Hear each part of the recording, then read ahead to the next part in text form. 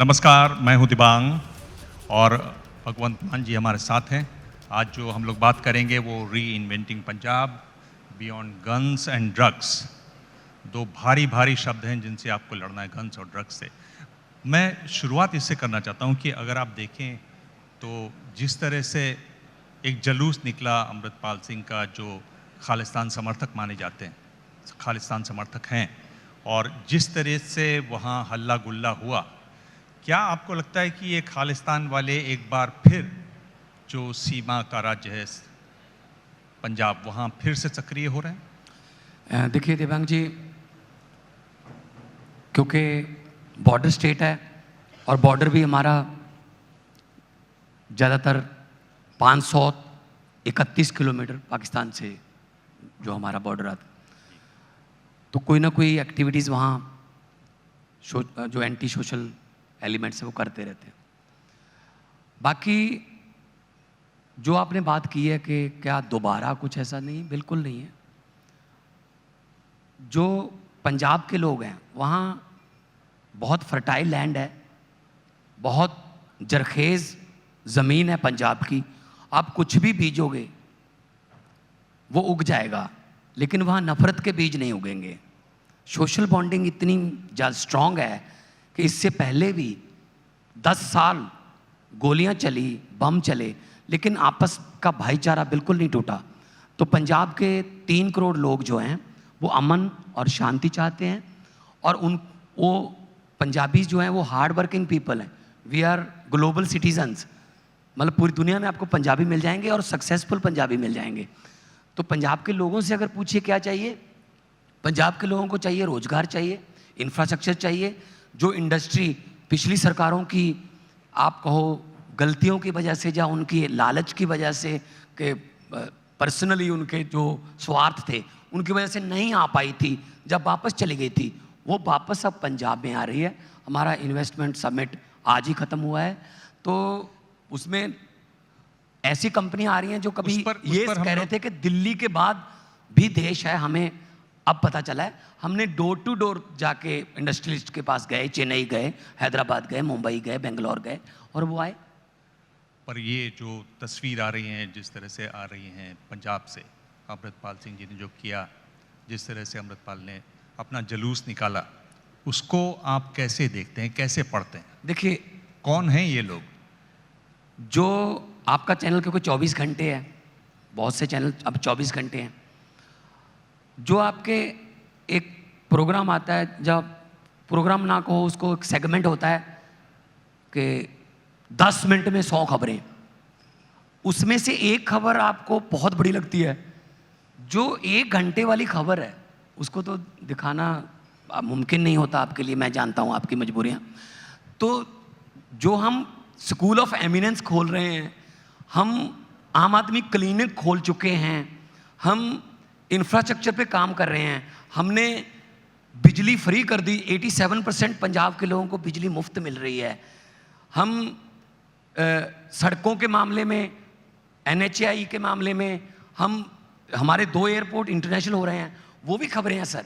आपको जो 2-3 सेकंड में दिखता है कि शायद सारा पंजाब ही ऐसे लगा हुआ है, बिल्कुल ऐसा नहीं है। मैं फिर कह रहा हूँ, जो लॉ एंड ऑर्डर है वो बिल्कुल कंट्रोल में है, और अब तो नामवर जो मैगजीन चलते हैं देश के, उन्होंने हमें 2nd नंबर दिया है लॉ एंड ऑर्डर में। उनकी रेटिंग है, हमारी नहीं। हम तो कहने को कुछ भी कह देंगे, लेकिन उनकी रेटिंग है जो उन्होंने पंजाब के लोगों से पूछ कर की है। और पंजाब के लोग जो हैं वो आज़ादी दिलवाने में भी और आज़ादी को कायम रखने में भी हमेशा पहले नंबर पर रहे हैं, और आज भी हैं। आज भी हमारा जितने भी बॉर्डर हैं वहाँ पे पंजाब के लोग सीना तान के खड़े हैं। तो जो पहली अगर दुश्मन की कोई गोली आएगी तो पंजाब का सीना उसके सामने होगा। और दूसरी तरफ देश का पेट भरने में और देश को अनाज में आत्मनिर्भर बनाने में हमारा सबसे बड़ा फूड बॉल पंजाब है। राइस भी हम देश को देते हैं, वीट भी देते हैं। मैं फिर कहता हूँ, जो मर्जी बीज लो, उग जाता है नफरत के बीज के सिवा। मान साहब, मैं फिर उसी सवाल पे आ रहा हूँ। मैं आपको बार बार ला रहा हूँ, पर आप उससे आगे चले जा रहे हो। उस पर भी बात होगी। मैं आपसे पूछ रहा हूँ, देखिए बॉर्डर राज्य है, और जो हम कश्मीर में भी देख रहे हैं, पहले सुरंगें खोदी जाती थी, उससे ड्रग्स आती थी, उससे सोफिस्टिकेटेड हथियार आते थे, अब ड्रोन से वो काम हो रहा है। ये आप मना नहीं कर सकते कि सोफिस्टिकेटेड बंदूकें, वेपन्स और ड्रग्स, इसमें टेक्नोलॉजी का इस्तेमाल भारी पैमाने पर हो रहा है, और वो यहाँ आ रही हैं तो उन्हें कोई रिसीव भी कर रहा है। नहीं, ड्रोन्स का जो आना जो है वो पहले से था, अब भी है, लेकिन हमारी पंजाब पुलिस इतनी सक्षम है और बीएसएफ के साथ हम तालमेल में चलते हैं। फर्स्ट जो फर्स्ट लेयर है बीएसएफ है, second third layer Punjab police के पास है। तो हर रोज़ हम ड्रोन्स जो हैं वो पकड़ते भी हैं, और गैंगस्टर्स जो हैं वो पकड़े जा रहे हैं, और ड्रग्स जो है वो पकड़ी जा रही है। और कुछ गैंगस्टर जो हैं वो अगर पंजाब पुलिस उनको कोई वार्निंग देती है, जो आगे से गोली चलाते हैं, तो उन इनकाउंटर भी हुए हैं। तो लेकिन मैं फिर वही कहता हूँ, आप कह रहे हो कि मैं उसी सवाल पे अड़ा रहूँगा, आप आगे बढ़ रहे हो। मेरे ख्याल में देश को भी आगे बढ़ना चाहिए और सवालों को भी आगे बढ़ना चाहिए। पंजाब तरक्की कर रहा है तो करने दीजिए। पर ये भी आप देख रहे हैं कि ड्रोन्स ही नहीं, जो हमने एक मैं आपका सवाल, एमएचए के साथ हमारी मीटिंग हुई, माननीय गृह मंत्री जी के साथ। हमने उनको एक सुझाव दिया कि एंटी ड्रोन टेक्नोलॉजी जो है वो हमें चाहिए। अब कई बार ऐसा भी हुआ है कि ड्रोन हमारी तरफ से ही उड़ा, उधर जाके वहाँ से ड्रग या हथियार भी साथ में भेजने लगे हैं, वो लेके आ गया, हमने उसको पकड़ लिया। ड्रोन इंडिया का था। तो अगर मोटरसाइकिल, कार और पूरे व्हीकल रजिस्टर्ड हैं, अब पॉलिटिकल रैली में भी ड्रोन से कवरेज होती है, आपके जो बड़े बड़े शो होते हैं जो आउटडोर करते हैं वो भी आप ड्रोन से करते हो, और शादियों में भी ड्रोन यूज़ होता है। तो कम से कम ड्रोन की रिसर्च तो होने लगे ना, पता होना ये कौन सा ड्रोन है जो गिरा था, इसका मालिक कौन है, उसके पता करें भाई आपने किसको दिया था ये। तो एंटी ड्रोन टेक्नोलॉजी के लिए हम पुलिस को मॉडर्नाइज कर रहे हैं, पंजाब पुलिस को, और बीएसएफ के साथ हम मिल के चल रहे हैं। हमारा कोई उनके साथ कोई ऐसा नहीं है कि कोई पॉलिटिकल हम कोई क्रेडिट वॉर में हम चले जाएंगे। लेकिन इतना मुझे पता है कि ड्रग्स का जो अगर सवाल आप मुझे पता है करोगे, उसका भी हमने ये प्लान बनाया हुआ है। मैं आपको बार बार उसका उत्तर देता रहूँगा, आप पूछिए जो मर्जी पूछिए।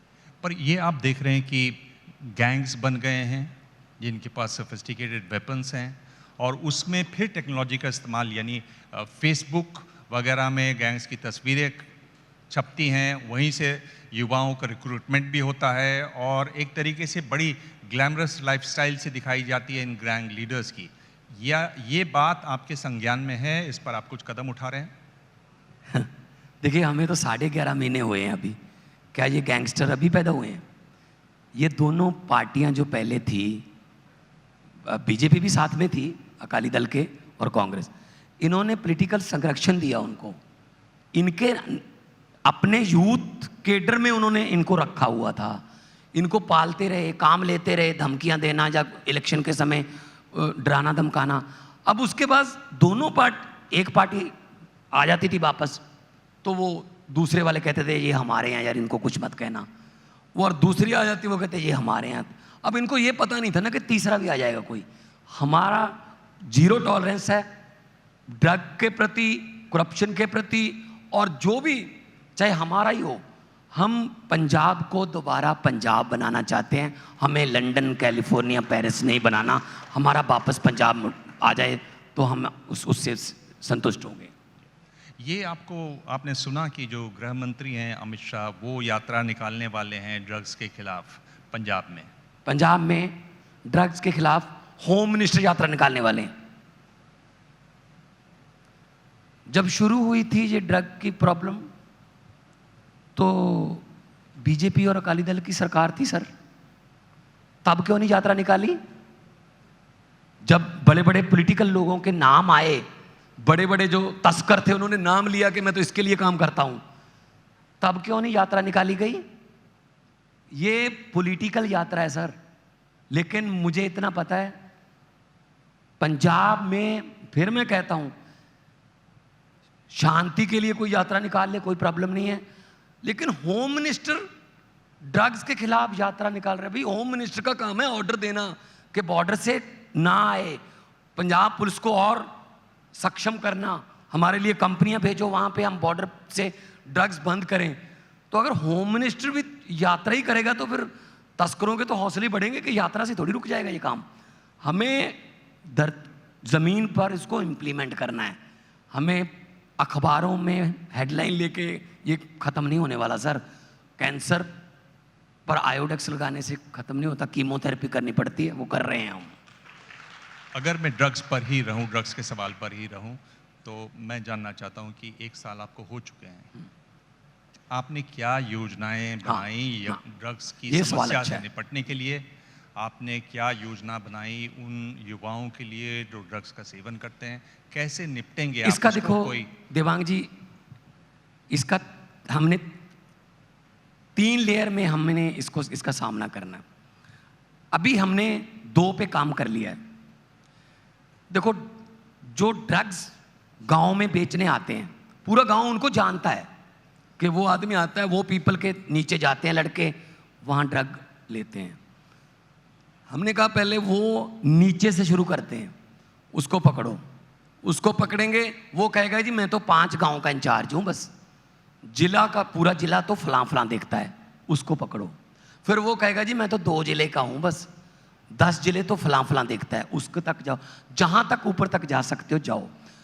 अगर एकदम से सप्लाई चेन तोड़ दी जाएगी तो हमारे जो युवा हैं जो गलती से बुरी संगत का शिकार हो गए,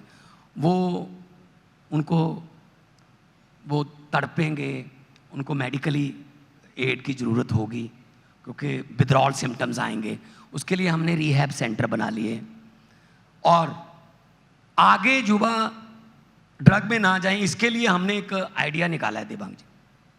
हमारे देश को 800 के आसपास आईपीएस और आईएएस चाहिए होते हैं, यूपीएससी का जो एग्ज़ाम पास करते हैं, लेकिन मेंस में एग्ज़ाम में बैठते हैं 5 लाख। तैयारी वो भी वही करते हैं, चाहे वो बिहार के किसी स्टेशन की लाइट में पढ़ रहे हो, चाहे स्ट्रीट लाइट में पढ़ रहे हो, तैयारी वो भी उतनी करते हैं, उनका रैंक नहीं आता, उनको अगला अटेम्प्ट मिल जाता है। 800 चाहिए, 5 लाख तैयारी कर रहा है। हमने क्या है, पंजाब पुलिस में 2100 से 2200 मुलाजिम हमें चाहिए हर साल। 1600-1700 रिटायर होते हैं, कुछ की प्रमोशन हो जाती है। हमने पहले ही अनाउंस कर दिया कि जनवरी में हमारा नोटिफिकेशन हो जाएगा, मई जून में हम उसका लिखती टेस्ट लेंगे, अगस्त में रिजल्ट आएगा और अक्टूबर में फिजिकल टेस्ट होगा, नवंबर में उनको नियुक्ति पत्र दे दिया जाएगा।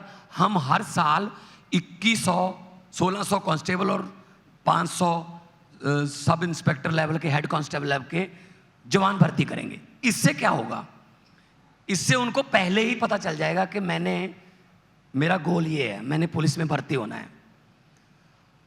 वो ग्राउंड में जाएगा, उसका साथी भी जाएगा, वो ड्रग से दूर रहेगा क्योंकि हमने एक क्लॉज डाला है उसमें कि आपका डोप टेस्ट होगा जब आप फिजिकल टेस्ट दोगे, तो वो ड्रग से दूर रहेगा। अगर 800 पोस्टों के लिए 5 लाख एग्जाम दे रहे हैं लोग, तो 2100 पोस्टों के लिए पंजाब का कम से कम 10 लाख नौजवान वो स्टेडियम में आएगा, अपनी तैयारी करेगा, शरीर बनाएगा, उनकी बारी आएगी भर्ती होने का, उनको शौक होगा कि हम भर्ती होंगे और बिना किसी रिश्वत या बिना किसी लॉबिंग के या सिफारिश के हम भर्ती करेंगे। तो रोजगार जो है ना, वो सबसे बड़ा हल है ड्रग्स का। बहुत बड़े बड़े लोग बैठे हैं मेरे सामने, पंजाब में, मैं गांव से आता हूँ, आपके भी यहाँ पूछ लेना, रिश्तेदारों में कोई दोस्त मित्र होंगे पंजाब में, आप किसी ऐसे व्यक्ति को नहीं जानते होंगे कि आपके दोस्त का बेटा है या कोई और है जो जॉब भी करता है और ड्रग भी लेता है। ये हो ही नहीं सकता, या तो जॉब करेगा या ड्रग लेगा। जो जॉब करता है उसके पास तो टाइम ही नहीं होता, वो शाम को आएगा, वो अपने बच्चों के साथ खेल के खाना खा के सो जाएगा, अगले दिन काम पे जाना है। जब आपके पास जॉब नहीं है तब बुरी संगत वाले आसपास बैठे हैं। पंजाबी में कहावत है, वेला मन शैतानी दा कर। अगर आप फ्री रह गए तो कोई ना कोई शैतानी आएगी दिमाग में, और वो जो बुरी संगत वाले वो आसपास अवेलेबल रहते हैं। तो हम ये चाहते हैं कि स्मगलरों को अपना ड्रग बेचने के लिए सामने कस्टमर ही ना मिले, फिर कहाँ बेचेंगे वो। जड़ खत्म कर दीजिए उनकी। अगर आप यहाँ से पकड़ोगे वो वहाँ से ले आएंगे, वहाँ से पकड़ेंगे यहाँ से ले आएंगे। अगर उनके सामने कोई हो ही ना कि यार सारा पंजाब तो अब खेलों में चला गया, कुछ पुलिस में भर्ती होने के लिए ग्राउंड में जाते हैं, बेचें कहाँ? तो पंजाब के यूथ जो है वो खुद भी ये चाहता है कि मैं कुछ ना कुछ करूं, इसीलिए पंजाब का यूथ जो है बाहर जा रहा है। हम आइलेट्स को डिग्री मानने लगे हैं। आइलेट्स एक छोटा सा टेस्ट है इंग्लिश का, लेकिन हम डिग्री मानते हैं उसको कि बेटे ने आइलेट्स कर लिया मतलब कनाडा चला जाएगा, ऑस्ट्रेलिया चला जाएगा, बस यहां से बच जाएगा। पेरेंट्स भी कहते हैं +2 कर, 6.5 बैंड ले, 7 बैंड ले और चला जा। आपको ताज्जुब होगा, जो मैट्रिमोनियल अखबारों में छपते हैं ना पंजाब में, उसमें जिक्र किया जाता है 6.5 बैंड लड़के के लिए 7.5 बैंड लड़की चाहिए। मैंने कहा पहले रेडियो होते थे 2 बैंड 3 बैंड। तो हम इसीलिए भाग रहे हैं यहाँ से क्योंकि हमें यहाँ पर अंधेरा नजर आ रहा था। अब हमने जॉब क्रिएशन की तरफ ध्यान दिया है, वही लड़के अब वापस भी आ रहे हैं और जहाँ से जो जाने की तैयारी कर रहे थे बहुत से बच्चों ने अपना प्लान बदल दिया कि पंजाब में रहेंगे और पंजाब को ही दोबारा पंजाब बनाएंगे। गुरुओं पीरों की धरती है, गुरु नानक देव जी की धरती है, शहीदों की धरती है, और वो धरती ऐसी है जो भी उस वहाँ पे आया उसको बरकत ही होती है सर, घाटा नहीं किसी को होता, चाहे वो इंडस्ट्री में आ जाए चाहे वो किसी भी काम के लिए आ जाए पंजाब में। जी, ये जो बातचीत है इसकी शुरुआत पहले होने वाली थी इस सवाल से जो अब आने वाला है, पर चूंकि ये जो खालिस्तान वाला जो वहाँ जुलूस निकला उसके इसलिए वहाँ ये बात इधर उधर चली गई। आपके 1 साल वहाँ पूरे हो रहे हैं, आपने जो वादे किए थे उनमें से कितने पूरे हो सके? वादे नहीं थे सर, हमारी गारंटियाँ थी। गारंटी थी, बिल्कुल। हाँ, गारंटियाँ दी थी हमने। हाँ। सबसे पहले हमने आते ही करप्शन के खिलाफ एक मुहिम छेड़ी, एक हेल्पलाइन नंबर जारी किया कि आप जाओगे दफ्तर में, कोई बाबू आपसे पैसे मांग रहा है, मना मत करना, जेब से मोबाइल निकालना, फोटो खींच लेना, जब वीडियो बना देना हमें भेज देना। फोन आने लगे, करप्ट अधिकारियों को मैसेज चला गया, वो जेल जाने लगे। बहुत बड़े बड़े मंत्री हमने पकड़े, अभी भी जेल में हैं, जो कांग्रेस के समय उन्होंने करप्शन की थी, वो अंदर हो रहे हैं, हर रोज जा रहे हैं। आपको हैरानी होगी सुनकर, एक तो ऐसा है जिस पर केस हो गया कि करप्शन, वो इंडस्ट्री मिनिस्टर रहा है, उस पर विजिलेंस ने कहा कि आप पर हम नजर रखे हुए हैं, आपको सम्मन करेंगे।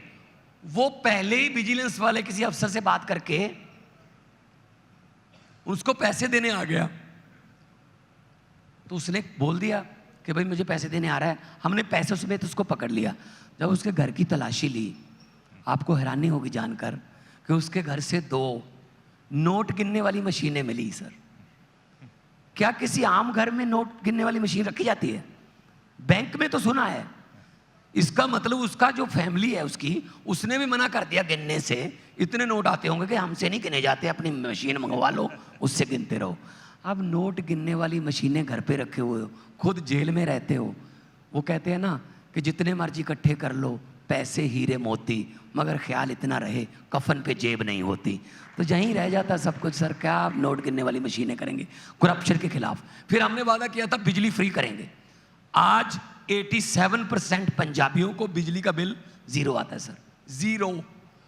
हम बिजली पैदा कर रहे हैं सर। हमने 83% ज़्यादा बिजली पैदा की पिछली बार के मुकाबले। हमने 2015 से झारखंड के पचवाड़ा में हमारी कोल माइन थी पंजाब की, वो बंद पड़ी थी, बंद रखी गई थी, पड़ी नहीं थी, बंद रखी गई थी, इधर उधर से कमीशन लेके चलता था काम। हमने वो कोल माइन चलाई, 30 लाख मीट्रिक टन कोला उससे निकलेगा। हम कोल प्लस भी हैं, कोल सरप्लस भी हैं, बिजली सरप्लस भी हैं, तो हमने लोगों को बिजली फ्री कर दी। उसके बाद हमने वादा किया था कच्चे मुलाजमों को पक्का करेंगे। अब तक हमारा 14,000 से ज़्यादा पक्का हो चुका है। 14,000 की कैबिनेट में अभी हमने कैबिनेट में हम लेके आए हैं, बिल जो है वो पास हो चुका है। 28,000 के आसपास हम जो हमारे कच्चे मुलाजम थे पक्का कर देंगे, जो कॉन्ट्रैक्ट बेस थे। थोड़ा लीगल कई बार टाइम लग जाता है सर, कई मानयोग हाई कोर्ट की या सुप्रीम कोर्ट की ऐसी जजमेंट्स हैं जिनको रास्ते से क्लियर करना पड़ता है। लेकिन हमारा मकसद ये है कि हम ज़्यादा से ज़्यादा युवाओं को काम पे लगाएं और पंजाब जो है वो तरक्की करे। जी हाँ। एक जो बड़ी कोशिश हो रही है वो इन्वेस्टर समिट की है। हमने अभी देखा उत्तर प्रदेश में बड़ी इन्वेस्टर समिट हुई और योगी जी से पिछले हफ्ते मैंने बातचीत की और उन्होंने बताया कि सबसे ज़रूरी जो चीज़ होती है उसमें लैंड बैंक की होती है। यानी इन्वेस्टर तो आने को तैयार है, पर आपके पास ज़मीन का पार्सल है कि नहीं। बीच बीच में अलग अलग लोगों की ज़मीनें हैं, मिल नहीं पाती। आप भी इन्वेस्टर समिट कर रहे हैं, आजकल आपने कोई देखिए- लैंड बैंक बनाया है, उसके लिए किस तरह की तैयारी की आपने? देखिए दिबांग जी, जब इन्वेस्टमेंट समिट होता है ना, उसमें एक लफ्ज़ है MOU, वो बहुत बदनाम हो चुका है। MOU कर लेते हैं 25 लाख करोड़ के, आता कुछ नहीं है। मेमोरेंडम ऑफ अंडरस्टैंडिंग कुछ नहीं है, जब दोनों के बीच अंडरस्टैंडिंग ही नहीं है। पंजाब में भी इंडस्ट्री पहले आना चाहती थी, वापस गए हैं बहुत से, मेरे पास दोबारा आए हैं। और पंजाब में पहले जब इंडस्ट्रियलिस्ट आते थे तो वो 2 परिवारों के साथ MOU साइन करते थे। जो अभी आते हैं वो 3 करोड़ पंजाबियों के साथ MOU साइन करते हैं, बल्कि MOU नहीं, MODS, मेमोरेंडम ऑफ दिल से। जो इमोशनली जुड़ा हुआ है वो पंजाब में जब आता है उसको लगता है यार मैं अपने घर वापस आ गया हूं। पहली सरकारों का क्या हाल था, मैं आपको एक दिलचस्प किस्सा बताता हूं। मेरे पास एक इंडस्ट्रियलिस्ट आए, 20 दिन पहले की बात है, बड़े इंडस्ट्रियलिस्ट हैं देश के।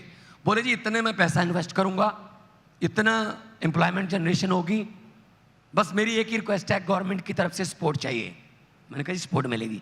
नहीं सर, पहले दोनों गवर्नमेंट के पास हम आए थे, हमें सपोर्ट नहीं मिली, हमें सपोर्ट चाहिए। मैंने कहा जी सपोर्ट देंगे। कहते सर प्लीज़ हमें गवर्नमेंट की तरफ से सपोर्ट चाहिए। मैंने कहा सपोर्ट पे इतना क्यों ज़्यादा ध्यान दे रहे हैं जी? ज़्यादा से ज़्यादा क्या मांगेंगे? बिजली का टैरिफ कम कर दो, CLU में हमें छूट दे दो, ज़मीन लैंड बैंक में से ज़मीन सस्ती दे दो। उन्होंने कहा जी, मैंने कहा what kind of support you need? उन्होंने कहा जी सरकार की तरफ से ये सपोर्ट चाहिए, हमें तंग मत करना है जी, ये सपोर्ट चाहिए। सरकारें तंग करने के लिए बनती हैं क्या? जो इंडस्ट्रियलिस्ट है लाल रंग की थैलियों में पैसा डाल के इलेक्शन के समय इस पॉलिटिकल पार्टी के पास जाता है, वो इसलिए नहीं जाता कि उसका मैनिफेस्टो उसको पसंद है या आइडियोलॉजी पसंद है, वो दूसरी पार्टी के पास भी वही थैली लेके जाता है। क्या कहने जाता है? ये तुम ले लो जी, ये तुम ले लो जी, दोनों की सरकार किसी की भी आ जाए, हमें तंग मत करना। मतलब हम इंडस्ट्रियलिस्ट को काम ही नहीं करने देते हैं, फिर कहते हैं हम देश को दुनिया का नंबर 1 बनाएंगे, 5 ट्रिलियन की इकॉनमी बनाएंगे। कहाँ से बनाएंगे सर? तो करदाता है, वो रोजगार दे रहा है, उसको चोर समझ रहे हैं हम। तो हमने व्यापारियों को कहा आइए काम करिए, CLU ये वो, हमने एक out of the box idea निकाला है। पंजाब ने, पहले ही स्टेट होगा पंजाब, जी 15 दिन में कर देंगे लागू सर। हम स्टैम्प पेपर्स की कलर कोडिंग कर रहे हैं। आपने इंडस्ट्री लगानी है, आपने ज़मीन खरीदी फरीदकोट के पास, मोगा के पास, बरनाला के पास, आपको ग्रीन कलर का स्टैम्प पेपर मिलेगा, उसमें CLU, fire, pollution control board, forest, सब NOCs उसमें इंक्लूडेड होंगी। वो महंगा होगा दूसरे से, और आपका जिस दिन तहसीलदार ने साइन कर दिए, रजिस्ट्री हो गई, उसी दिन से आप भूमि पूजन करके अपना फैक्ट्री बना सकते हो। आपको किसी को पूछने की जरूरत नहीं है। साल बाद आपके पास कोई आए कि आपकी कागज दिखाओ, आपने सिर्फ ग्रीन कलर का स्टैम्प पेपर दिखाना है। Green colour stamp paper means you have everything, you have every kind of NOC। ऐसे ही हम हाउसिंग में करेंगे, ऐसे ही हम बाकियों में करेंगे, जो करप्शन बंद हो जाएगी सर। जी, एक मुद्दा है जो बहुत महत्वपूर्ण मुद्दा बना और हिमाचल के चुनाव में बना, चुनाव दर चुनाव ये मुद्दा बनता जा रहा है, वो है ओल्ड पेंशन स्कीम का। आपने भी वादा किया हुआ है, हमने कैबिनेट में कर दिया। उसमें क्या कोई मुश्किल आती है? मैं बता रहा हूँ। देखिए OPS क्या है? Old pension scheme. सरकारी मुलाजमों का GPF EPF कटता था, पहले भी करता। मेरे पिताजी भी टीचर रहे हैं, उनका भी जब रिटायर हुए तो पेंशन शुरू हुई, वो OPS में आते हैं। अब NPS में क्या किया कि आपका पैसा तो कट रहा है लेकिन वो जमा नहीं हो रहा, उसको शेयर मार्केट में लगा रही है गवर्नमेंट। किसको पूछ के लगा रहे हैं जी? ये हो रहा है कि शेयर मार्केट में पैसा लगा दिया, वो शेयर गिर गए और बैंक डूब गया, तो बैंक को कोई घाटा नहीं, गवर्नमेंट को कोई नुकसान नहीं। भाई उनका जो पेंशन वाले थे उनको बोल दो आपका पैसा यहाँ लगाया था, वो बैंक भाग गया, भाई आपको पेंशन 1600 रुपये मिले। अब 30 साल गवर्नमेंट की नौकरी करके आपको 2000 रुपये पेंशन मिले, तो ये कहाँ का इंसाफ है? गवर्नमेंट लोगों का पैसा क्यों लगा रही है शेयर मार्केट में? शेयर मार्केट कैसे गिरती है आपको देखा ही है। जो अभी हुआ है घटना शेयर मार्केट वाली, उसका लाखों मुलाजिमों पर असर पड़ेगा, क्योंकि एसबीआई जो बैंक हमारी सरकारी है उनका पैसा वहां पे लगा दिया था। तो मैं कहता हूं ये स्टेट वाइज क्यों करवा रहे हैं हमसे कि हम ओपीएस हमारी स्टेट में लागू करेंगे जी, वो कह रहे हैं जी जो आपका पैसा अब तक आ गया हम नहीं देंगे जी। सेंटर इस काम के लिए बनाया क्या कि हमारे पैसे रोक लो? जीएसटी के पैसे नहीं देते हमें, आरडीएफ का पैसा हमारा पड़ा है, और तो और मतलब मुझे पता नहीं कौन कौन इनके सलाहकार हैं। हम महानदी कोल माइन उड़ीसा में वहां से कोल लेते हैं जी, ये ध्यान से सुनने वाली बात है देवांग जी। वहां से कोल लेते हैं, महानदी कोल माइन है उड़ीसा में। अभी नया ऑर्डर जारी होगा, हो गया, किसी का हुक्म है कि ऐसे करना पड़ेगा।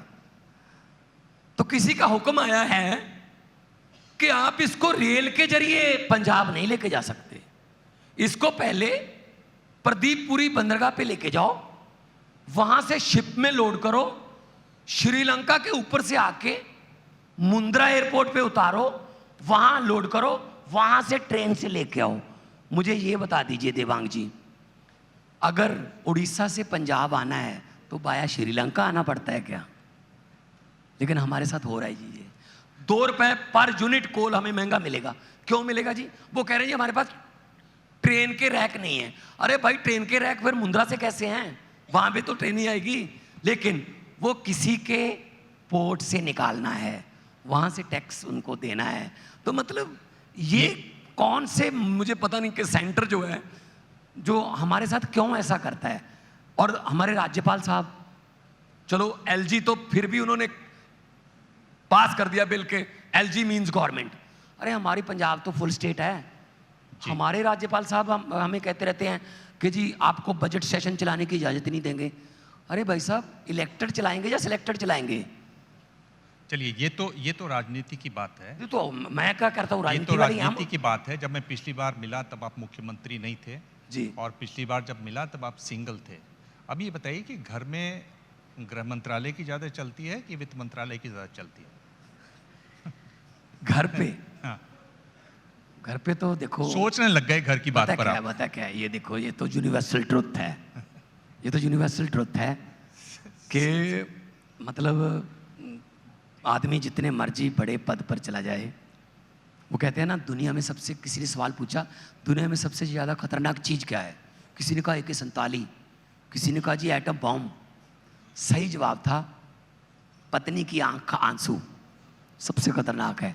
थोड़ा सा भी आ गया, जितना मर्जी बड़ा आदमी हो भाई सब पिघल जाता है। तो मैंने भी घर जाना है देवांग जी, आपने भी घर जाना है, छोड़िए इन बातों को। जब ऐसा बैठे हुए हैं बहुत ध्यान से आपकी बात सुन रहे हैं। अच्छा, आखिर में जब हम पहले मिले थे पहली बार, तो आप 2-2, 3-3 लाइनें शेर सुनाया करते थे। तो ख़त्म करने से पहले आप अगर 2 लाइन कोई सुना दें जो अभी भी आप। तब जावेद साहब भी राज्यसभा में थे, हम सेंट्रल हॉल में बैठे रहते थे, इनसे बहुत कुछ सीखने को मिलता था, क्योंकि ये बोलते हैं जब तो लफ्ज़ों में बहुत असर होता है। तो लोकसभा में भी मेरे साथ ऐसे होता था, क्योंकि टाइम हमारे पास 1 मिनट होता था। 1 मिनट में क्या बोलोगे आप? जा तो फिर आप शेरो शायरी में कुछ बहुत बड़ी बातें बोल सकते हो 4 लाइनों में। तो ये जो NRC पे डिबेट चल रही थी, बड़े बड़े भाषण दिए जा रहे थे 1-1 घंटे के, ये समाज ये समाज ये समाज। मैंने कहा जी मुझे भी टाइम चाहिए। कहते जी नहीं अब टाइम नहीं मिल सकता, बहुत हो गया, बिल पास करना है। मैंने कहा जी पार्टी का एक ही हूँ, मैं अकेले ही हूँ, तो थोड़ा टाइम तो दे दो ना, मेरी पार्टी की हाजिरी तो लगेगी। मैंने कहा 30 सेकंड दे दो। स्पीकर साहब कह रहे 30 सेकंड में क्या करोगे तुम? मैंने कहा जो 1 घंटे में नहीं किया मैं 30 सेकंड में कर दूंगा। कहते चलो आपका समय शुरू होता है अब। मैंने कहा कि लंबे सफर को मीलों में मत बांटिए, लंबे सफर को मीलों में मत बांटिए, कौम को कबीलों में मत बांटिए। एक बहता दरिया है मेरा भारत देश, इसको नदियों और झीलों में मत बांटिए। वाह। और आपसे दोबारा मिलने की इच्छा लेकर एक मैं जाते जाते ये कह रहा हूं, जावेद साहब बैठे हैं, इनके सामने शेर सुनाना तो सूरज को दिया दिखाने वाली बात है कि लोगों को अक्सर कहते सुना है जिंदा रहे तो फिर मिलेंगे। लोगों को अक्सर कहते सुना है जिंदा रहे तो फिर मिलेंगे, लेकिन इस पंजाबी दिल ने कहा है मिलते रहे तो जिंदा रहेंगे। वाह, थैंक यू बहुत बढ़िया। मुकुंद मान, बहुत बहुत धन्यवाद। आपने सभी सवालों के सीधे जवाब दिए। आपका पहले ही साल हुआ है, आपसे दोबारा सवाल होंगे और तीखे सवाल होंगे अगली बार। Thank you very much.